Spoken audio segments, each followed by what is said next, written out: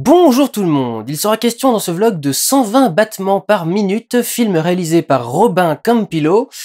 L'histoire se déroule dans les années 90, alors que le virus du sida fait des ravages depuis une dizaine d'années à peu près, au milieu des manifestants d'ACT UP, l'une des organisations de défense des homosexuels et des malades du sida les plus actives et les plus influentes et les plus importantes de l'époque.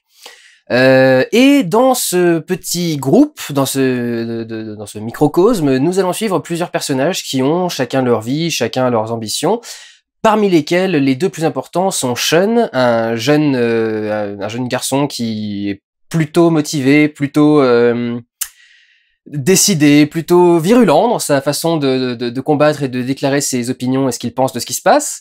Et Nathan, un jeune mec qui vient de débarquer dans l'association il y a assez peu de temps et qui va être assez touché par les problèmes de la communauté, des séropositifs et par l'implication d'ACT UP. Et bien sûr, charmé par le personnage de Sean qui va devenir son compagnon, pour le meilleur comme pour le pire, ce que vous verrez en allant voir le film. J'ai, par le passé, eu mes griefs envers Robin Campillo. Je ne vais pas le réaborder ici, parce que j'ai détesté ce film. C'est un des fameux vlogs où je pète un câble face au choix d'un réalisateur. Si vous pouvez aller le voir à la fin de la vidéo, ça me fera rigoler, je pense. Mais je ne vais pas réévoquer les problèmes de ce film ici, parce que 120 battements par minute est un bien meilleur film, est un putain de film, et vous devez aller le voir. C'est vraiment à la fois un grand film et un film important, parce que c'est un film qui parle de choses graves et importantes, toujours d'actualité pour certaines, même si beaucoup de choses se sont améliorées dans la vie des séropositifs récemment. En particulier les thérapies qui sont beaucoup moins lourdes, avec beaucoup moins d'effets secondaires, reste que ces médicaments, par exemple, qui sont plutôt accessibles dans les pays européens, ou en France en particulier, sont toujours inaccessibles dans certains autres pays, pour ces personnes-là, du coup, la maladie est presque toujours traitée comme elle l'est dans ce film-là, enfin, ou si elle est traitée tout court. Les personnes qui n'ont pas accès aux soins ont toujours des destins tels que ceux exposés dans ce film-là. Mais en plus d'être vraiment à cheval et intéressant sur les problèmes de la communauté, c'est un film touchant, c'est un film marquant, c'est un film fort, c'est un film très très fort. Je vous jure qu'un générique ne vous aura jamais mis une claque pareille. Et je vais même pas vous expliquer ce qui se passe, mais alors quand le générique de fin démarre, ça te laisse face à tes angoisses, à tes questions, c'est un choix extrêmement fort de mise en scène, pour un générique, hein, un générique de fin, un choix extrêmement fort de mise en scène, et ce genre de choix se retrouve dans presque tout le film. Je peux vous citer par exemple, le film va se concentrer donc sur plusieurs choses, les réunions de ACT UP, la vie privée des personnages et les enquêtes. Les enquêtes, pardon, les actions. Les actions contre le gouvernement, contre les entreprises pharmaceutiques, etc. Et à chaque fois qu'ils ont soit une manifestation importante, soit un événement important, ils le célèbrent, les personnages en tout cas, pas tout le monde d'ACT UP et pas tous les gens qui sont concernés, mais ils le célèbrent, ceux qui ont participé au truc, en allant en boîte de nuit. Et ces montages de boîte de nuit étaient un petit peu énervants pour moi pendant une partie du film, parce que je me disais c'est vachement sympa, c'est bien filmé, mais pourquoi ça dure 2 minutes 30 alors qu'il y a rien à part la musique et des formes floues qui dansent? Parce que pourquoi est-ce que pendant 2 minutes tu filmes de la poussière? Je ne comprends pas pourquoi pendant 2 minutes tu filmes de la poussière. Et puis la fin du film arrive. Et là, déjà tu te prends une mandale, ensuite tu te prends une retournée, et après tu fais... Je viens de me faire niquer, mais... Waouh! Je voyais pas où ça allait venir, et maintenant que j'ai vu la fin... Ok, t'as eu les couilles, mon vieux, de garder cette mise en scène-là et d'insister sur ce truc-là, parce que vraiment, ça aurait pu sortir beaucoup de gens du film, d'avoir des scènes qui durent aussi longtemps sur de la poussière qui vole dans une boîte de nuit. Et le sens que ça prend à la fin, c'est d'une poésie, l'épée de Damoclès, le destin qui va s'abattre, ça c'est magnifique. C'est magnifique. C'est sublime. Comment il s'est planté à ce point dans Eastern Boys? Mais donc, je vous encourage absolument à aller voir ce film. Pour faire un petit résumé rapide, même si je suis un tout petit peu rentré dans le détail, mais pour faire un résumé rapide, je vous encourage pleinement à aller voir 120 battements par minute. Je sais qu'il a reçu beaucoup de prix, mais c'est absolument pas pour ça que je suis allé le voir. Je suis pas non plus allé le voir parce que c'est un film sur la communauté, parce qu'en plus c'était Robert Campillo, et je me suis dit il va foirer le truc, ça va être une catastrophe. En partie la communauté, parce que y a pas que des homosexuels dans les séropositifs, donc on va pas faire les amalgames nous-mêmes. Mais sachant à quel point il avait foiré ce qu'il essaie de faire passer par rapport à une communauté dans Eastern Boys, là, ce qu'il arrive à faire ici, c'est dingue. Et donc voilà, vraiment, je vous encourage à aller le voir. C'est important au niveau de l'histoire. C'est un film fort à voir, donc un excellent moment de cinéma. Lourd, évidemment, par moment, mais justement, je vous ai parlé du générique de début. Le générique de début est d'autant plus... Le générique de fin, pardon. Évidemment, à chaque fois que je veux dire un truc, je dis toujours l'inverse. Si je veux dire droite, je dis gauche. Si je dis gauche, je dis droite. Enfin, c'est pas une catastrophe. Le générique de fin est d'autant plus fort, marquant et important qu'il arrive après tant de vie, d'amour, de sexe, de tension, de haine, de mort, de maladie, de tout. Et quand ce générique arrive à la fin de tout ça, avec le choix qu'il y a au générique de ce film, tu peux qu'être estomaqué et applaudir, quoi. Il y a rien de mieux à faire devant ce film. Pour rentrer dans le détail, du coup, il y a quand même un côté qui a failli me sortir du film, c'est que il y a un côté un peu film français par moment. Les scènes durent généralement assez longtemps. Et certaines d'entre elles, on comprend pas trop pourquoi.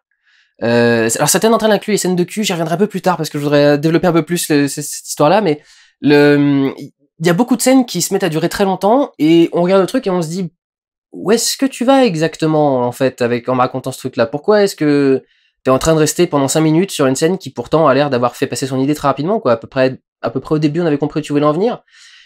Et en fait, ce qui se passe, c'est qu'à chaque fois qu'une de ces scènes a lieu, et même à chaque fois que je me disais, ça devient un petit peu long, quand la scène se termine, elle servit à quelque chose.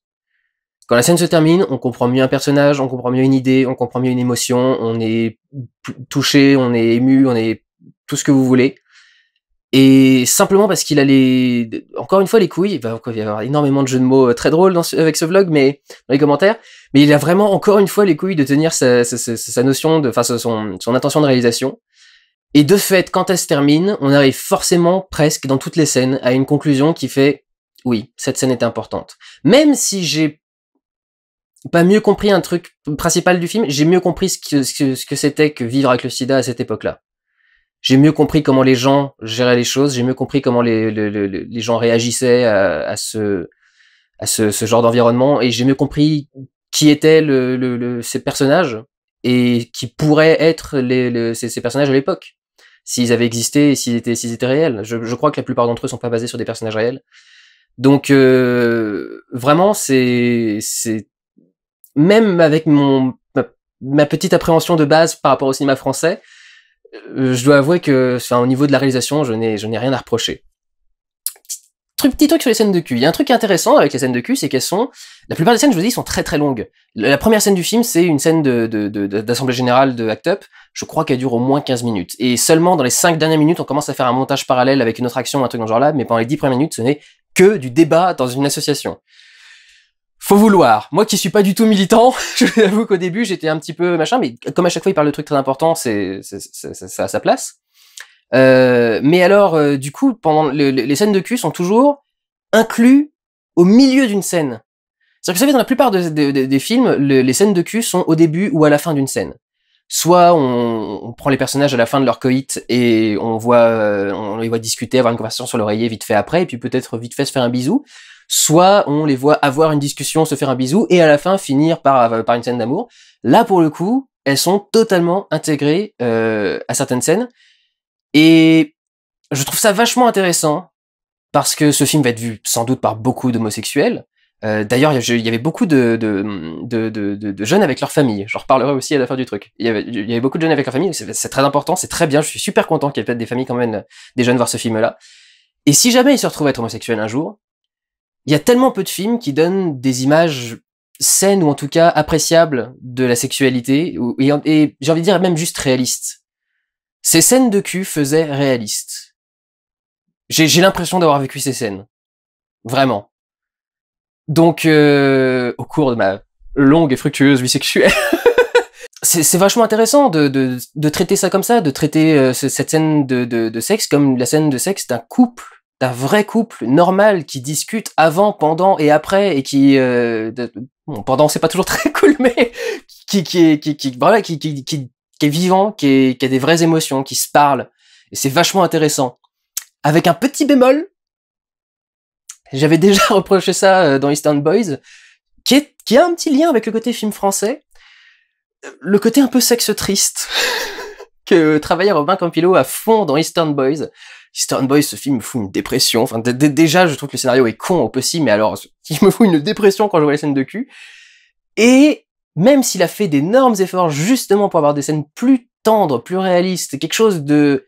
un modèle intéressant à reproduire pour des jeunes qui iraient voir ce film-là, ou qui ont tellement peu d'images, à part dans le porno, ou dans simplement des gens qui se tiennent la main ou qui s'embrassent, mais dans l'intime beaucoup moins, quoi. Autant dans chaque James Bond on voit comment faire, autant c'est plus compliqué de trouver la même chose pour les gays. Donc c'est vachement intéressant, mais ils jouissent toujours en 1 minute 10. C'est un peu triste. Quand même. Quand justement t'as envie de faire une scène un peu réaliste. Alors c'est bien, du coup, ça met pas d'enjeu de durée aux petits jeunes qui pourraient voir ça et qui pourraient se dire ah bon, faut que ça dure ce temps-là, etc. Parce qu'en plus, quand on est jeune, ça vient plus rapidement. Mais quand même, fais un montage en fondu, quoi. Fais passer une ellipse, montre qu'il s'est passé un peu plus d'un ou deux allers-retours. Enfin, quand même, il y a tout petits moments, des tout petits trucs comme ça où j'étais, voilà, petit moment où j'étais pas tout à fait satisfait, mais ça passe. Si je voulais à nouveau faire un bon mot, je dirais que il a les moyens de le faire passer. Tant que je suis un tout petit peu sur les reproches, je voudrais juste en faire un deuxième, qui est pas si important que ça. D'habitude, quand je parle de ça, ça me tient à cœur, mais pour le coup, bon. Le film s'appelle 120 battements par minute. Et tu vois, ce titre-là, enfin, pour moi, je pense pour vous la même chose, on voit ce titre-là, on se dit, c'est le côté, c'est un film sur la vie, quoi, les 120 battements par minute, quelqu'un qui vit sa vie à fond, et dont le cœur bat vite, etc., et donc, ce serait l'idée transmise par le truc. Pas exactement. Parce que Robin Campillo a plein de trucs dans sa tête. Et je pense que souvent, il y a que lui qui voit ce qu'il a vraiment dans la tête. Vous savez pourquoi le film s'appelle 120 battements par minute? Parce qu'à l'époque, dans les années 90, arrivait également la house music, dont on disait qu'elle avait 124 battements par minute. Et Robin Campillo a appelé son film 120 battements par minute par rapport aux 124 battements par minute de la house music. T'as envie de dire, bon déjà, il y a vraiment un lien entre le sujet de ton film et la house music, outre l'époque, mais en plus, si tu veux faire allusion au fait qu'il y ait 124 battements par minute, pourquoi t'appelles ton film 120 battements par minute? Ils sont passés où les 4 autres? Ah, bordel! Où est-ce que je me suis fait arnaquer? Je comprends pas en fait le truc, c'est comme si le mec disait, pourquoi votre film s'appelle Le Grand Bleu? Bah parce que j'aime beaucoup le vert. Écoutez, je vois ce que vous voulez me dire, il y a du bleu et du jaune dans le vert. Mais si vous aimez le vert, pourquoi vous mettez que le bleu? Pourquoi vous mettez pas le vert complet? C'est un peu ça, quoi. Pourquoi t'en as mis que 120 au lieu de 124 si le but c'était d'en mettre 124? C'est le genre de truc à la con auquel il y a que moi qui pense, mais... Voilà, j'ai vu ça dans le dossier de presse du film, je l'appelle à cause des 124 battements par minute. Alors mec, si t'as pas un expert de la house music devant le film, je vois pas qui va comprendre ton truc. Mais c'est pas grave. Là aussi, c'est un défaut minime. La plupart d'entre vous se sont jamais posé la question des titres de films, je le sais parce qu'à chaque fois que je parle du titre de film, il y a des gens qui me disent mais on s'en fout du titre. Non, on s'en fout pas du titre, mais là pour le coup, enfin, c'est juste que comprendre d'où vient le titre a peu de sens, le titre lui-même garde du sens. Comme je l'ai dit au début, on pense au battement du cœur dans la poitrine, et le mec qui vit sa vie à fond, et comme c'est effectivement le message du film, il y a un des messages du film, c'est vrai que c'est intéressant. Et bon, je vais faire un dernier tout petit reproche, parce qu'en plus vous allez voir le film en joue. Il y a une scène où il y a un personnage qui parle du coup de sa vie après avoir été contaminé par le virus du sida. Le gars est dans un métro parisien, métro aérien, la ligne 6. Et il est dans un métro. Il est à la fenêtre. Il y a le décor de Paris qui défile en reflet sur la fenêtre. Je crois qu'il y a une musique au piano au-dessus. Et le mec qui est là, ma vie s'écoulait tel un lent flot dans les rues du Et tu regardes le truc, tu fais film français, et d'un seul coup, à la fin de la séquence, le mec se retourne et fait, non mais je déconne, ou un truc dans ce genre-là. Il dit pas ça exactement, c'est géré plus intelligemment et subtilement dans le film, vous n'aurez qu'à aller voir le film. Mais du coup, voilà, je trouvais que c'était bien parce que j'avais vu le truc, je me suis dit, oh, non, putain, ça fait une demi-heure que le film a commencé, ça passait pas trop mal, pourquoi tu fais ça? Et d'un seul coup, le mec fait la blague. Ok, d'accord, bon, je passe, t'as raison. Tu t'en es rendu compte toi-même, c'est bien. Après, il y a, après ces petits reproches, vraiment, le film est extrêmement bien fait. Au niveau de la réalisation, c'est un peu souvent le même gimmick, mais comme le but est de faire un portrait d'époque, d'être assez proche de la réalité, il y a un énorme travail de la caméra épaule, un gros travail de la caméra du point, de la profondeur de champ. Elle est souvent très réduite dans beaucoup de scènes, en particulier les scènes de boîte de nuit qui jouent sur la poussière, mais ça c'est encore autre chose. Et vraiment, les scènes sont vachement intéressantes et font très très vrai. J'ai vu ces méthodes de tournage, apparemment, à chaque fois ils tournaient avec plusieurs caméras, et donc les personnages faisaient la scène complète à chaque fois avec plusieurs angles, et pas grave s'ils se trompaient, on continue, on relance, et puis on peut trouver des trucs intéressants. Donc manifestement, il a vraiment très bien géré son tournage, ce qui lui a donné énormément de possibilités au montage, et c'est vrai que du coup au montage, le film passe crème, quoi. Enfin, c'est vraiment nickel, il est assez impeccablement réalisé, tout de même. Il y a des petites séquences un peu oniriques qui sont intéressantes. Il y a un moment où on a le premier truc avec de la poussière, plus loin, on va avoir un fondu ensuite avec les formes dans la poussière qui vont ensuite donner la forme d'un virus du sida avec des images, probablement une image de synthèse, mais des images de virus qui est en train de se promener dans un corps. Pas du tout un truc très factuel et très en train de montrer le virus arriver, s'attacher, ce machin, etc. C'est plutôt des trucs un peu oniriques. Là, on voit juste le truc flotter dans une espèce de liquide, et tout ce qu'il peut y avoir d'autre dans le plasma qui flotte autour et qui se mélange. Vraiment un truc assez intéressant. Et il y en a une qui m'a vraiment bluffé au niveau de la mise en scène. Des personnages sont en train de parler, et un personnage parle de ce qui lui est arrivé il y a assez longtemps, donc on se met à raconter un flashback. Et pour illustrer le flashback, alors que les deux personnages sont dans la pièce tranquillement, d'un seul coup, le personnage dont il parle de comment est-ce qu'il a chopé le sida, et le personnage dont il parle, d'un seul coup, apparaît au bord du lit, et se met à arriver, et on voit sa main qui commence à se promener sur le corps du mec, et le caresser, etc. Et le reste, ce que je ne vais pas vous décrire, sinon la vidéo sera interdite moins de 18 ans, mais, mais du coup, enfin, je trouvais que c'était vachement sympa, parce que cette scène devient complètement onirique, et elle devient, c'est-à-dire qu'on a à la fois la scène concrète qui se passe, et dans la même scène, dans le même plan avec les mêmes personnages, on a un flashback qui est raconté par le personnage, mais qu'il est en train de vivre en même temps. Enfin, vraiment, en termes de mise en scène, c'est un vrai truc vraiment un vrai truc de metteur en scène, un vrai truc d'artiste, assez français pour le coup, mais l'effet est parfaitement réussi, parfaitement maîtrisé, et la scène dure, c'est une scène très longue, elle est liée à un autre truc dont j'ai déjà parlé, mais je vais pas vous le dire pour pas vous mélanger les trucs, mais vraiment, la scène est impressionnante, elle dure 7 minutes. Et du début à la fin, le truc est parfaitement maîtrisé, quoi. Il y a tellement de trucs dans cette scène en plus, enfin vraiment. Là, pour le coup, le mec m'a bluffé. Il m'a eu. Il m'a eu dans à peu près tous ces trucs de mise en scène. Vraiment, je crois que je n'ai aucun vrai reproche à faire à ce film. J'ai des petits détails, des petites anicroches, mais je n'ai aucun vrai reproche à faire à ce film. Enfin, vraiment, c'est assez nickel et assez irréprochable. Les acteurs sont tous excellents. À nouveau, et il y en a, pour le coup, elle a pas un rôle extrêmement présent, mais il y a Adèle Haenel, et elle est impressionnante quand même, cette nana, parce que je vais essayer de parler naturellement. De base, elle a un peu une tête de bulldog. On a l'impression que si tu lui fais une pichenette sur l'épaule, la meuf te regarde, elle te démonte avec les yeux. Enfin, vraiment. Et elle a un registre, cette meuf.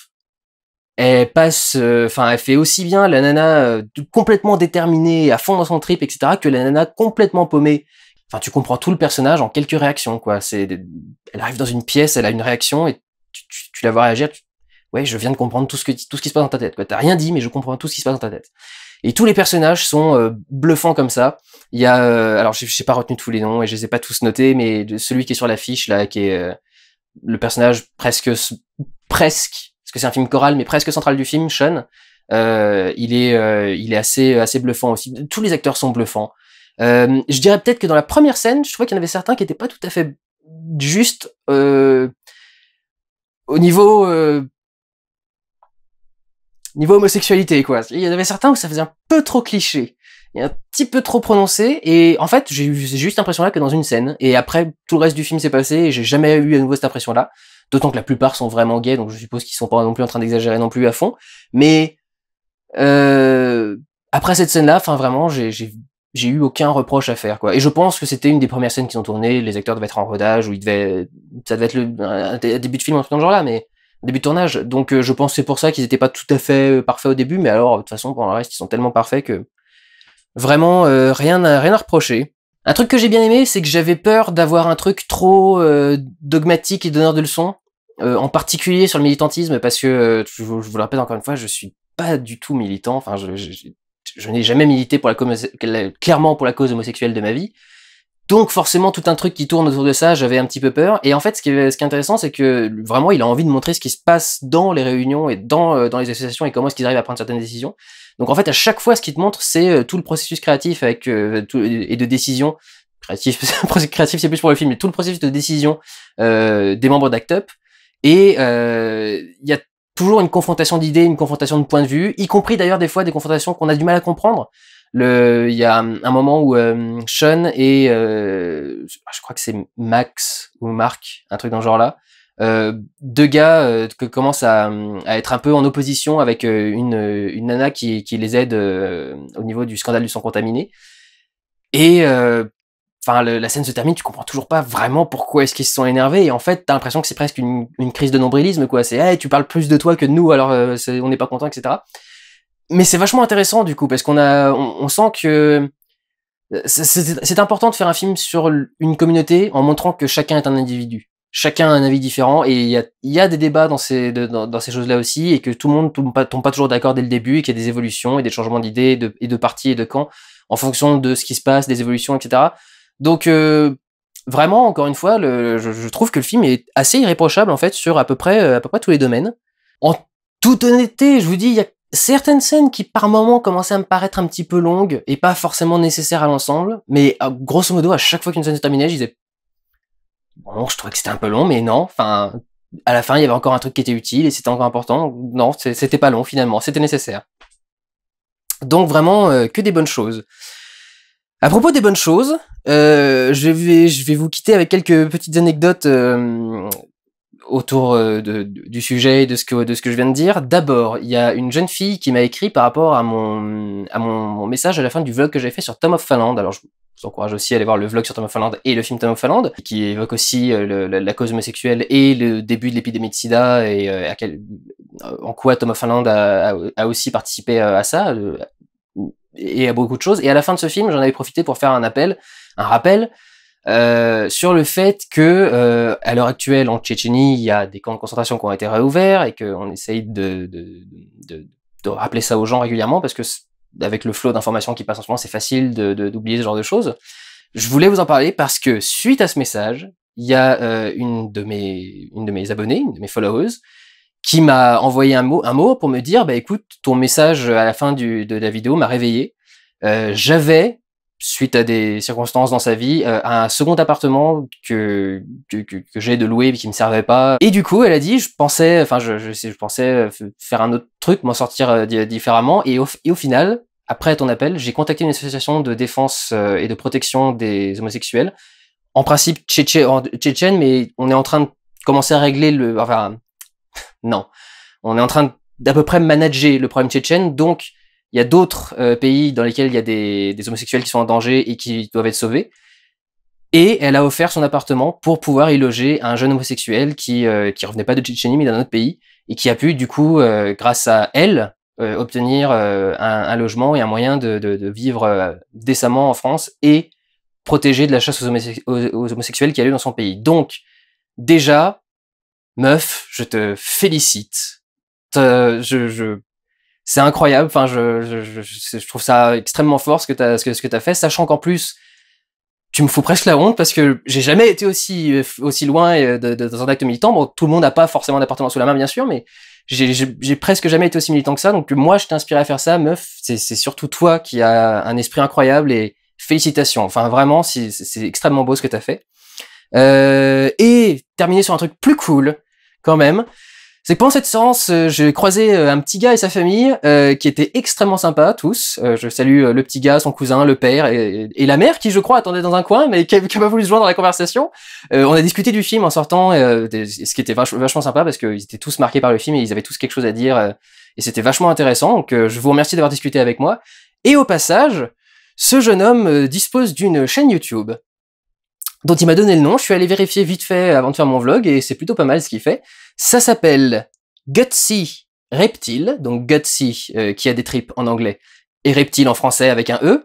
Et en fait, devinez quoi, c'est une chaîne sur les reptiles. Ce petit gars est fasciné de reptiles et il a décidé de faire des vidéos là-dessus. Il montre des reptiles particuliers et comment s'en occuper. Donc au cas où, si vous êtes intéressé par le sujet, je vous encourage à aller voir sa chaîne. Voilà, ça fera un petit truc léger et cool avant de sortir de ce truc-là. Le film va pas vous mettre la tête au fond du trou, et le nombre de blagues qu'il va y avoir dans ce vlog, il vous mettra pas au fond du caniveau, mais c'est sûr que vous allez, c'est pas un film lambda, quoi. C'est pas un pur divertissement, c'est pas un film juste pour passer le temps. Enfin, clairement, vous allez ressentir des choses devant ce film, et il faudra que certains d'entre vous soient accrochés. Je vous dis, certaines scènes durent un petit peu plus longtemps, et puis c'est l'homosexualité, hein, vous allez voir des mecs en train de baiser, s'embrasser, des trucs dans ce genre-là, donc voilà, il faut que vous soyez préparés à voir tout ça. Bien que le film reste esthétique, intime, discret, n'est pas en train de montrer des trucs plein face écran, mais voilà. Mais c'est un grand film, un vrai film, et un film important.